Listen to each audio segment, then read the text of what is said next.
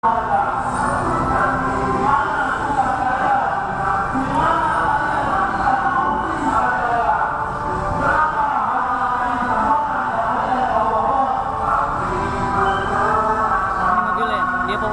hitam. Di mobil hitam dia.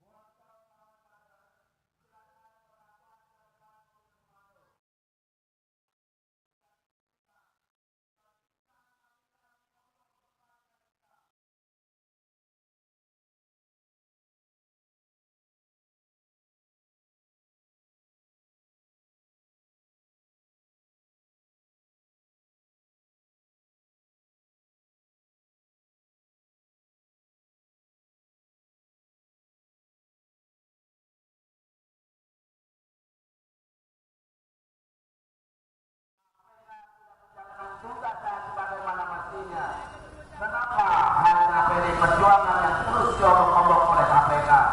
Banyak kasus-kasus lain yang lebih uang rakyat. Lainnya uang rakyat dirampok, uang rakyat dihilangkan, uang rakyat dirampok. Mana kalian? Di mana kalian saat ini?